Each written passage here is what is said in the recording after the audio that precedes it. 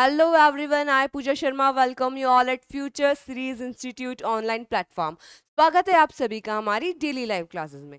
जैसा कि आप जानते हैं हमारी डेली लाइव क्लासेस में हम डिफेंस की क्लासेस ले रहे हैं, जिसमें साइंस का जो हमारा टॉपिक साउंड है उसका सेकंड पार्ट आज हमें करना है। तो स्टार्ट करते हैं साउंड के सेकंड पार्ट से। 55 नंबर क्वेश्चन से हमें स्टार्ट करना है। What will be the effect of temperature on speed of sound?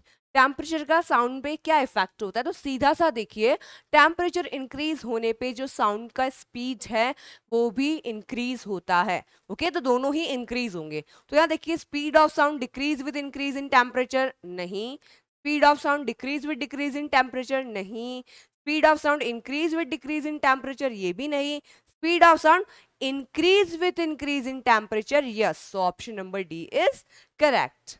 आगे चलते हैं। Name the characteristic of the sound which distinguish a sharp sound from a grave or dull sound। Sound की वो कौन सी कैरेक्टरिस्टिक है जो शार्प साउंड और डल sound के अंदर डिफरेंशिएट करती है? तो sharpness means frequency and frequency is directly related to pitch. इसका मतलब कि अगर जो पिच है, पिच ज्यादा है, इट मींस वो एक शार्प साउंड है, एंड पिच कम है इसका मतलब वो डल साउंड होगा। तो pitch is the correct option. Next, what is the unit of loudness? Loudness की यूनिट क्या है? बेल, हर्ट्ज, डेसिबल या ऑल ऑफ द अबव? तो देखिए, लाउडनेस को डेसिबल के अंदर माना जाता है हमेशा। ओके, किसमें मेजर किया जाता है लाउडनेस को? डेसिबल के अंदर। So correct option is C. Next देखते हैं। Sound wave can not pass through a boss. Sound जो वेव जो है इनमें से किसमें से पास नहीं हो सकती है? सॉलिड, सॉलिड लिक्विड का मिक्सचर है, ideal gas, liquid gas mixture, या फिर परफेक्ट वैक्यूम। एक परफेक्ट वैक्यूम जो होता है उसमें ट्रैवल नहीं करती है, because sound waves need medium to propagate. तो ये कभी भी वैक्यूम में ट्रैवल नहीं करेंगी। आगे चलते हैं। Sound travel fastest in, sound fastest किस में ट्रैवल करता है? स्टील, एयर, वैक्यूम या फिर वाटर? स्टील में करता है। किस में करता है? स्टील में, because steel is a solid. Next, ultrasonic waves are those waves which, ultrasonic waves कौन सी होती है? Human being can not hear, human beings can hear, have high velocity, have large amplitude. तो अल्ट्रासोनिक वेव्स वो होती हैं जो कि ह्यूमंस जो है वो नहीं सुन सकते हैं। ठीक है, human beings can not here. इस साउंड को क्या कहते हैं? अल्ट्रासोनिक कहते हैं। नेक्स्ट देखते हैं। With the rise of temperature the speed of sound in a gas, अगर टेम्परेचर जो है वो बढ़ रहा है तो फिर अगर गैस के अंदर ट्रैवल कर रहा है कोई साउंड, तो उसके साथ में क्या होगा? उसकी स्पीड जो है वो increase, decrease, remain the same, none of this, तो वो भी इंक्रीज होगी। ओके, क्योंकि मूवमेंट जो होगा गैस पार्टिकल्स में वो इंक्रीज होगा, और मूवमेंट के साथ वाइब्रेशंस भी इंक्रीज होते हैं। नेक्स्ट देखते हैं। डेसिबल इज अ, डेसिबल क्या है? म्यूजिकल नोट है, म्यूजिकल इंस्ट्रूमेंट है, unit of intensity of sound है, या फिर यूनिट ऑफ इलास्टिसिटी? साउंड की बात कर रहे हैं तो इलास्टिसिटी तो नहीं आएगा। म्यूजिकल नोट नहीं है, म्यूजिकल इंस्ट्रूमेंट नहीं है, it is the unit of intensity of sound. Sound की इंटेंसिटी की यूनिट होती है। Okay, next, pitch of sound depends upon, जो पिच होती है साउंड की किस पे डिपेंड होती है? ये हम काफी बार क्वेश्चन कर चुके हैं, रिपीटेड है ये। किस पे डिपेंड करती है? फ्रीक्वेंसी पे। पिच हमेशा फ्रीक्वेंसी पे डिपेंड करती है, लाउडनेस हमेशा एम्पलीट्यूड पे डिपेंड करती है। ओके, नेक्स्ट देखते हैं। If a sound travel from air to water, the quantity that remain unchanged। अगर एयर से वाटर में, देखिए इक्वेशन हमने पहले भी किया है, एयर से वाटर में यानी मीडियम चेंज होने पर कौन सी चीजें जो चेंज नहीं होती है, सेम रहती है? तो वो क्या है? इसकी फ्रीक्वेंसी। फ्रीक्वेंसी सेम होगी, वेलोसिटी कम हो जाएगी, वेवलेंथ जो है वो भी कम हो जाती है, एम्पलीट्यूड कम हो जाता है, लेकिन फ्रीक्वेंसी हमेशा उसकी सेम रहती है। आगे चलते हैं। Velocity of sound in a gas depends on, जो वेलोसिटी है साउंड की गैस के अंदर वो किस पे डिपेंड करती है? वेवलेंथ पे, density and elasticity of gas, intensity only, amplitude and frequency. तो देखिए, डिपेंड करती है density and elasticity of gas. Gas जो है उसकी डेंसिटी पे और उसकी इलास्टिसिटी पे ये डिपेंड करेगी। ओके, आगे देखते हैं। A key of a mechanical piano struck gently and then struck again but much harder this time. In the second case, Sound will be louder but pitch will not be different. Sound will be louder and pitch will also be higher. Sound will be louder but pitch will be lower. Both loudness and pitch will remain unaffected. तो देखिए, जब भी कोई mechanical piano है उसके अंदर अगर हम उसे आराम से स्ट्रक करते हैं और एक हमने क्या किया, उसे स्ट्रक किया मच हार्डर जब हम उसे करते हैं तो उसमें क्या होता है, उसकी जो पिच होती है, पिच बढ़ेगी और साउंड भी लाउडर होगा. Okay, so option number B is correct. आगे चलते हैं. इन सोनार वी यूज, सोनार में हम किसे यूज करते हैं? सोनार क्या है?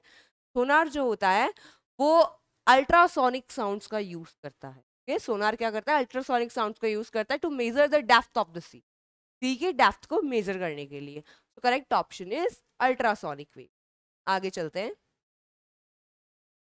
Sound travel in air if, sound air में ट्रैवल करेगा if particle of medium travel from one place to another, there is no moisture in atmosphere, disturbance movement, disturbance move करेगी, या फिर both particle as well as disturbance travel from one place to another. क्या travel करता है?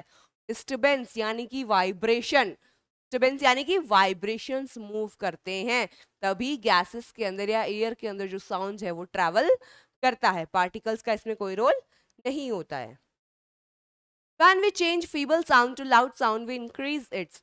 जब हम feeble sound यानी कि थोड़ा फीका साउंड होता है उसकी लाउडनेस इंक्रीज कर देते हैं, यानी सिंपली उसको लाउड कर देते हैं, तो उसका क्या इंक्रीज हो रहा है? उसका एम्पलीट्यूड. बिकॉज मैंने आपको बताया है loudness means amplitude simply and pitch means frequency.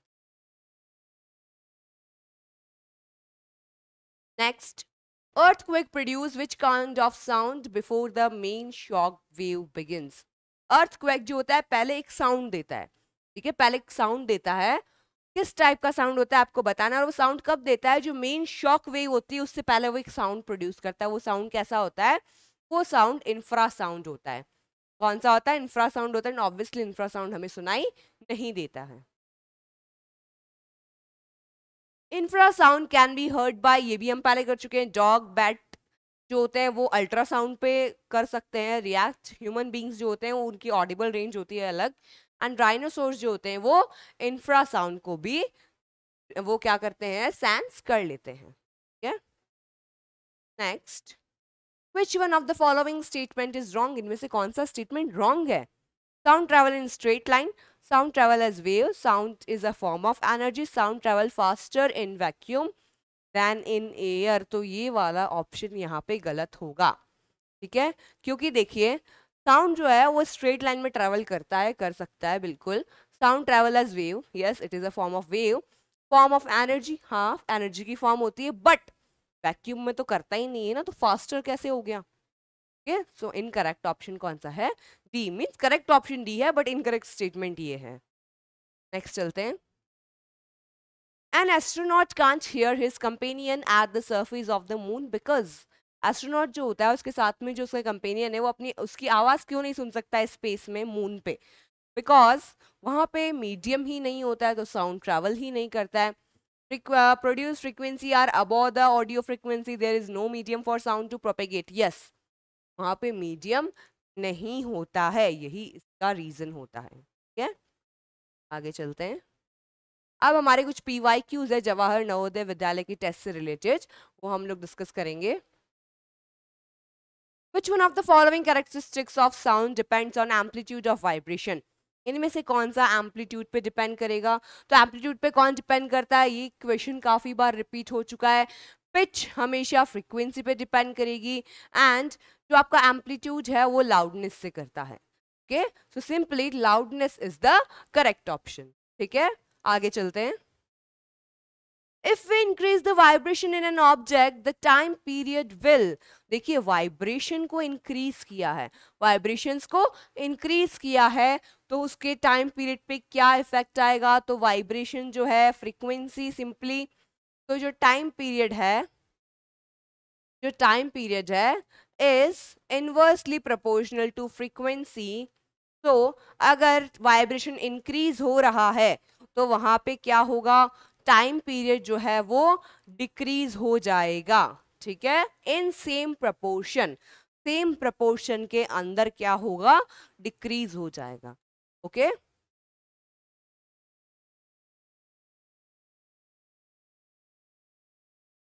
Ultrasound has, ultrasound के पास कौन सी फ्रिक्वेंसी होती है? 20 hertz, between 20 and 20,000 hertz, above 20,000, less than 20।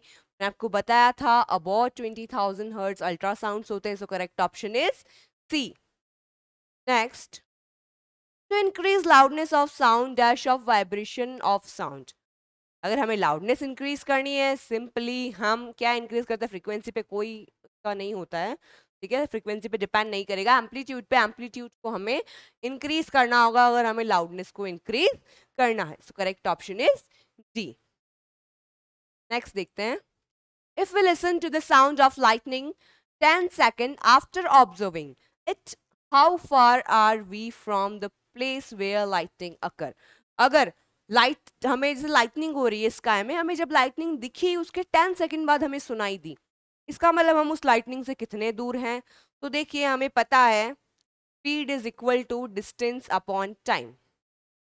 Simply हमें डिस्टेंस निकालना है, क्योंकि distance is equal to speed into time, and speed जो होती है वो 330 मीटर पर सेकेंड होती है। ओके, 330 मीटर पर सेकेंड होती है। तो simply distance equal to 330 into time आपको 10 दे रखा है, ठीक है, 10 दे रखा है।